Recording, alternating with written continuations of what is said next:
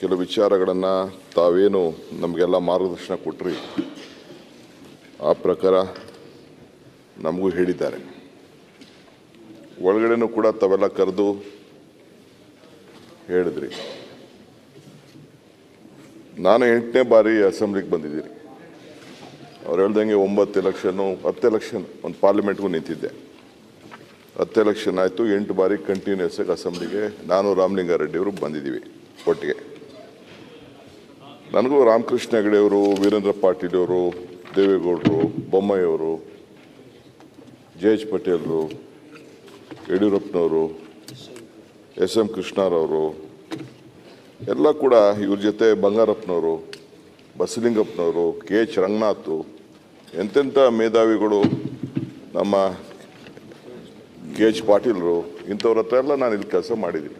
ವಿರೋಧ ಪಾಟೀಲು, ನಾಣೇನವರು, ಭಾಳ ಜನ, ಚಂದ್ರೇಗೌಡರು ಎಲ್ಲ ಕೂಡ ಎಲ್ಲ ಭಾಳ ಜನ ಎಲ್ಲ ಇದ್ದರು. ನಮಗೂ ಬಿಸಿ ರಕ್ತ ಇದೆ. ಆದರೆ ಬಿಸಿ ರಕ್ತ ಎಲ್ಲಿ ಉಪಯೋಗಿಸ್ಬೇಕು ಅಲ್ಲಿ ಹೊರಗಡೆ ಅದು. ಇದು ಪಾರ್ಲಿಮೆಂಟ್ರಿ ಡೆಮೋಕ್ರಸಿಲಿ ನಾವೆಲ್ಲ ಕೆಲಸ ಮಾಡ್ತಾಯಿದ್ದೀವಿ. ನಾನೇನು ಗ್ರ್ಯಾಜುಯೇಟ್ ಏನಲ್ಲ ಅಧ್ಯಕ್ಷರೇ, ನಾನು ಗ್ರ್ಯಾಜುಯೇಟ್ ಏನಲ್ಲ. ನಾನು ಗ್ರ್ಯಾಜುಯೇಟ್ ಆಗಿದ್ದು 47ನೇ ವಯಸ್ಸಿಗೆ ಓಪನ್ ಯೂನಿವರ್ಸಿಟಿಲಿ. ಅಂಥ ದೊಡ್ಡ ಎಜುಕೇಷನ್ ಬ್ಯಾಕ್ಗ್ರೌಂಡಲ್ಲಿ ನಾನು ಬರಲಿಲ್ಲ ನಾನು. ಬಟ್ ಅಂದರೂ ಏನೋ ಒಂದು ಅನುಭವದಲ್ಲಿ ಎಲ್ಲರನ್ನೂ ನೋಡ್ಬಿಟ್ಟು ನಾವೆಲ್ಲ ಹೆಂಗೋ only experience has made us to be in this stage. ಇಲ್ಲಿವರೆಗೂ ನಾವು ಬಂದು ಕೂತಿದ್ದೀವಿ. ನಮಗೂ ಪ್ರತಿಯೊಂದು ವಿಚಾರ, ಪ್ರತಿಯೊಂದು ಬೇರೆ ಭಾವನೆ ಇಲ್ಲ. ಆದರೆ ಯಾವುದೇ ಮನುಷ್ಯ ಸ್ವಾಭಿಮಾನಕ್ಕೆ ಧಕ್ಕೆ ಆದಾಗ, ಆತ್ಮಗೌರವಕ್ಕೆ ಧಕ್ಕೆ ಆದಾಗ no one will tolerate this.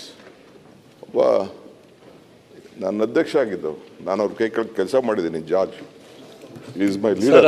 General ನಿಮಿಷ ಸ್ವಾಮಿ, ಸ್ಪೆಸಿಫಿಕ್ ಹೋದ್ರೆ ಅಂತಂದ್ರೆ ಇವರು ಉತ್ತರ ಕೊಡಬೇಕಾಗ್ತೈತೆ. ಸರಿ, ಯಾರು ಉತ್ತರನೂ ಬೇಡ, ನನಗೆ ಯಾರು ಉತ್ತರನೂ ಬೇಡ. I am not.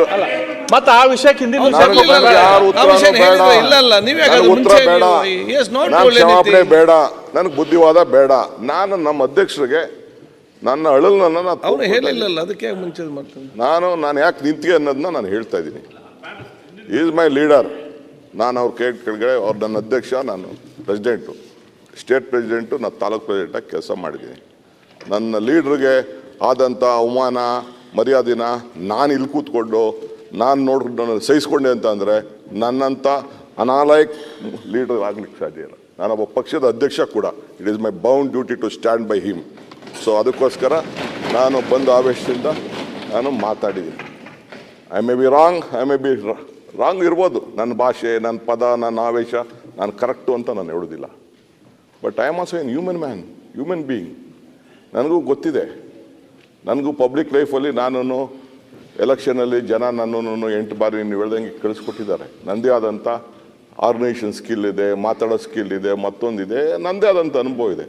ಬಟ್ ಇಲ್ಲಿ ನಾನು ತಮ್ಮ ಮುಖಾಂತರ ನಾನು ಕೇಳ್ಕೊಳ್ಳೋದಷ್ಟೇ, you should not hurt summon.